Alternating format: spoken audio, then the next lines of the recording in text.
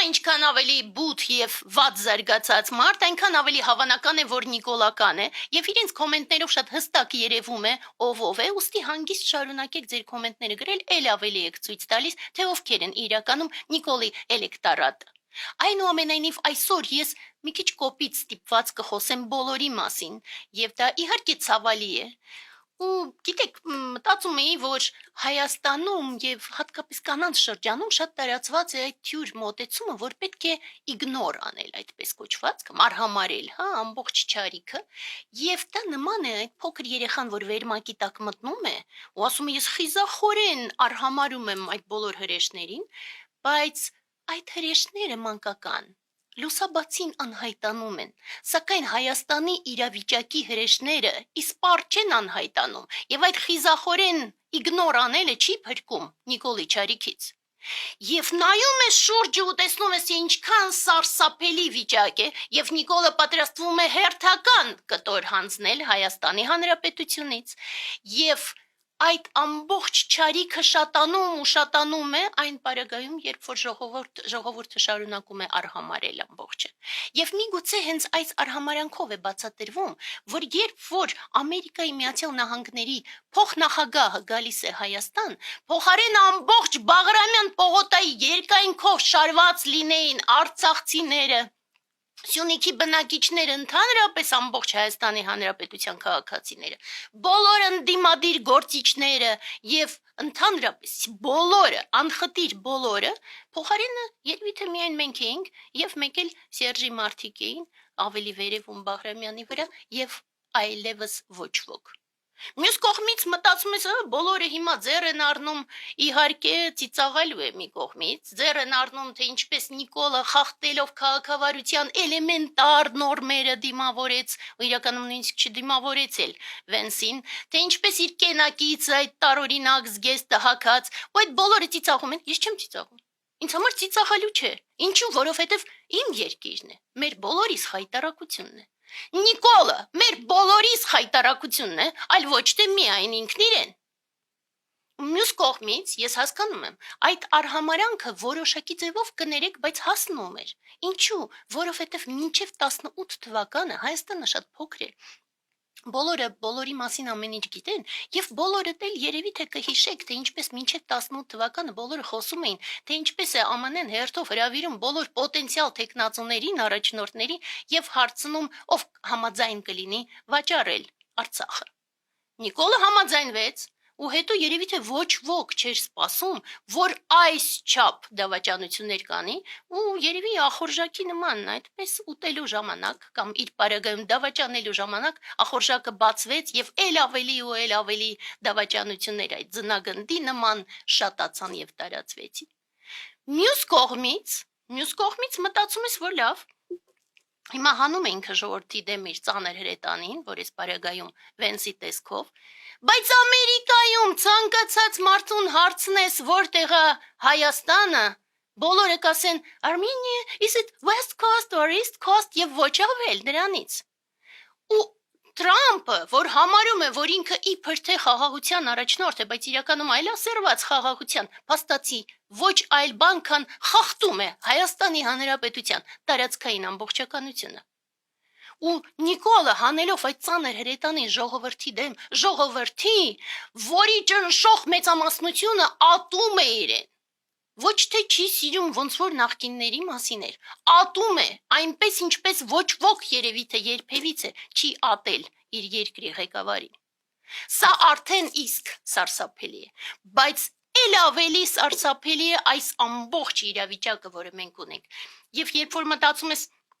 սա իշխանություններն են, ահավոր դավաճան հանցագործ, որովհետև շարունակաբար խախտում են քրեական օրենսգիրքը եւ Սյունիքի այս ամբողջ տրիպը եւս հանցագործություն է ըստ քրեական օրենսգրքի, որովհետև խախտում է Հայաստանի Հանրապետության տարածքային ամբողջականությունը, այնուամենայնիվ նայում ես մտածում ես իսկ ընդդիմությունը ինչ։ Ու նայում ես հերթով, նայում ես ՀՀԿ-ն, այս փողոցային լեզվով ասած յանա տվել, այսինքն ընդհանրապես գրեթե չի մասնակցում քաղաքական գործընթացներին եւ միակ բանը, որ պարբերաբար անում են, դա նորանոր քարտեր են բացում այն պարագայում, որ խաղաքարտի այդ ամբողջ պարտիան արդեն վաղուց պարտված եւ փակված է։ Մյուս կողմից նայում ես Քոչարյանին, որ սարսափում ես, հասկանալով, որ իրեն չեն սիրում, ինքը իր իսկ թիմը վարի է տալիս, իր իսկ թիմը ստորացնում եւ նսեմացնում է, ու միաժամանակ գիտեք այդ չարախնդությունը սարսափելի, որ մտածում ես ոնց, ինչ չարախնդություն, եթե մենք մի նավակում ենք եւ այդ նավակը խորտակվում է բոլորիս համար, բայց մյուս կողմից նայում ես ու գիտեք այդ մանկական խաղի նման, երբ որ մենք իր դեմ խոսում ենք, իրենք էլ ասում են, դե որ այդպես է, մենք մեր ընդդիմադիր ալիքները ձեզ չենք տա, այն մանկապարտեզի խաղալիքների նման կամ գարշոկ, ես քեզ չեմ տա իմ խաղալիքը, որովհետև դու իմ դեմ բան ես խոսում։ Էժանագին նման մոտեցմամբ քաղաքականություն չեն կարողանում տանել առաջ։ Մյուս կողմից նայում ես դաշնակցությունը ու մտածում ես դաշնակցության են հին երգերը բոլորս երգում ենք մանկությունից ի վեր, հիմա մեռանք սպասելով թե այդ երգին համապատասխան երբ է ի վերջո ժողով անելու դաշնակցությունը, բայց ինչ-որ ժողով էլ չեն անում, ես չգիտեմ կա արդյոք դաշնակցություն հիմա թե ոչ։ Ու հետո այդ ամբողջի հետ մեկտեղ գալիս ես տեսնում ես այն հերթական խայտարակությունը, որ ընդհանրապես ամոթ է անգամ խոսել, դա այդ մեր ձևովը, որովհետև երբ որ մեր ձևովը նոր եկավ, բոլորի մոտ, իհարկե ինչ-որ հույսեր առաջացան, բնականաբար, որովհետև այն առաջի հայտարարությունը, որ իրենք արեցին հայարակելական Սուրբ եկեղեցին պաշտպանելու համար եւ մենք էլ ենք պաշտպանում ու մենք բոլորս ուրախացանք, որ հիմա ինչ-որ բան կսկսի փոխվել։ Հետո սկսեցինք հարց տալ, լավ վերջը չիմացանք այդ մեր ձևովը, ինչ ձևովը, հիմա արդեն ամբողջը պարզ է։ Մոռացվեց իրենց կողմից, որ իրենք եկան ընդհանրապես եկեղեցին պաշտպանելու համար։ Հետո այդ մեր ձևովը ինչ եղավ, եթե դա փող թափ տալով է, այսինքն ամբողջ տենց փող լցնելով ու դրանով ինչ-որ տեղեր ստանալով ի վերջո ազգային ժողովում, ապա նոր ձև չէ, որովհետեւ 90-ականներից ի վեր այդ ձևն էր Հայաստանում գործում եւ հենց այդ ձևը պատճառ դարձավ, որ հետագայում հնարավոր եղավ, որ Նիկոլի նման տականքները գան իշխանության։ Դրա համար դա հին ձև է, բայց մյուս կողմից նայում ես ու մտածում ես, որ ասում ես 300,000 նոր աշխատատեղ, շուկայական հարաբերություններ են, հիմա դու չես կարող այդ 300,000 աշխատատեղերը բացես, դրա համար անպայման պետք է ազգային ժողովում լինել արդյոք։ Եվ երբ որ այդ արհեստական ինտելեկտով իրենց հոլովակները, որ ամբողջ ժողովուրդը ծիծաղում է եւ հեգնում է այդ հոլովակները, բայց մյուս կողմից մտածում ես Հայաստանի Հանրապետության օրենքն եք դուք AI-ով փոխելու։ Բայց հետո նայում ես, ասում ես լավ, ոնց որ 90-ականներից եկած ու 90-ականների մեջ մնացած մարդիկ են, որովհետեւ անոնց մեջ ասում են մենք տնտեսությունն ենք զարգացնելու, մենք աշխատատեղեր ենք ստեղծելու։ Աու, մենք դրա մասին չենք, տնտեսության հարց չէ,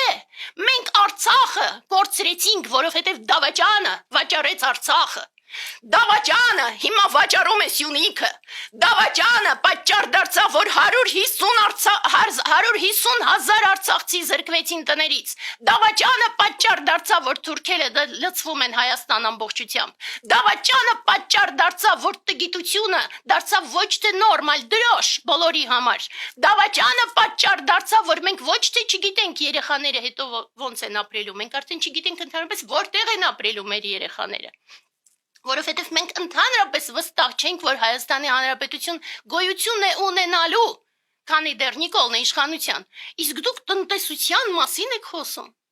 Ես ասեմ, ես ցավոք սրտի, ես ընդհանրապես նույնիսկ չեմ էլ հավատում, որ ինքը նստած է։ Որովհետև եթե ինքը նստած լիներ, ապա Նարեկը կգար եթերում, երբ որ գնաց պետուի մոտ, կգնար ու կասեր անընդհատ, որ ապօրինի նստած են, որ ապօրինի ձերբակալություններ են, որ 4 սրբազան նստած է Հայաստանի Հանրապետությունում, Հայաստանում, որ առաջինն է ընդունել քրիստոնեությունը որպես պետական կրոն։ Բայց այդ ամբողջը անտեսած, խոսում էր պղնձի մասին, պղնձի, մենք պղնձի խնդիր ունենք հիմա։ Զարհուրելի է, սարսափելի, ու մտածում ես ոնց եղավ, որ ընդհանրապես նման բաներ հնարավոր են դառնում, որ ցանկացած մարդով փող ունի կարող է գալ ու հայտարարել, որ ինքը փոփոխելու է օրենքները, որպեսզի ինքը լինի։ Մենք նման փոփոխություններ չենք ուզում։ Ու դրա համար ես ասում եմ ամենակարևոր հետևյալն է նորից հարցը դա չէ, որ ես հիմա բոլորի մասին ինչ-որ վատ բաներ եմ ասում, հարցը դա չէ, ես նորից պահանջում եմ, որ եթե ընդդիմադիր եք հիրավի, այն բոլոր ուժերը, որ իրոք իրենց համարում են ընդդիմադիր, պետք է միավորվել։ Քաղաքական կուսակցությունները չեն միավորվում Բացառենք այդ քաղաքական կուսակցություններին, մարդիկ բոլոր այդ թվարկված ուժերում եւ ՀՀԿ-ում կան հիանալի մարդիկ, եւ Քոչարյանի թիմում հիանալի մարդիկ կան, եւ ընդհանրապես Հայաստանում հիանալի մարդիկ կան, եւ այդ մարդիկ պետք է միավորվեն եւ մեկ ճակատով հանդես գան, որովհետեւ այս պահին մենք ունենք մեկ խնդիր, մենք ունենք դավաճան հանցագործ իշխանություններ, որոնցից պետք է անհապաղ ձերբազատվել, դատել նրանց եւ հետո նոր մտածել, թե ինչպես ենք փրկում Հայաստանը այս իրավիճակից։ Եվ դրա համար մեզ պետք է առաջին հերթին ժամանակավոր իշխանություն ձևավորել, որը կկարողանա այս ամբողջ հարցերը կարգավորել, լուծել։ Ու դրա համար նայում ես մտածում ես, իսկ նրանք ովքեր խոսում են միանալու մասին, գիտեք ոնց են խոսում, ես վերջերս որ այն ժողովների գնում ես կամ լսում ես ժողովների մասին, հասկանում ես, որ այն անեկդոտը որ կար, որ մեկը գնում է գայի, որպեսի քննություն հանձնի ու իրավունք քշելու ստանա, հետո հենց նստում է տեսուչ ասում է դուրս արի մեքենայից դու չես հանձնել, ասում է ինչու, բայց ես նոր եմ նստել, ասում է այո, բայց դու հետևի նստարանին ես նստել։ Այդպես եթե դուք մինչև հիմա վախենում եք բացահայտ անվանել ամբողջը ինչ որ տեղի ունենում չարիք, եթե դուք մինչև հիմա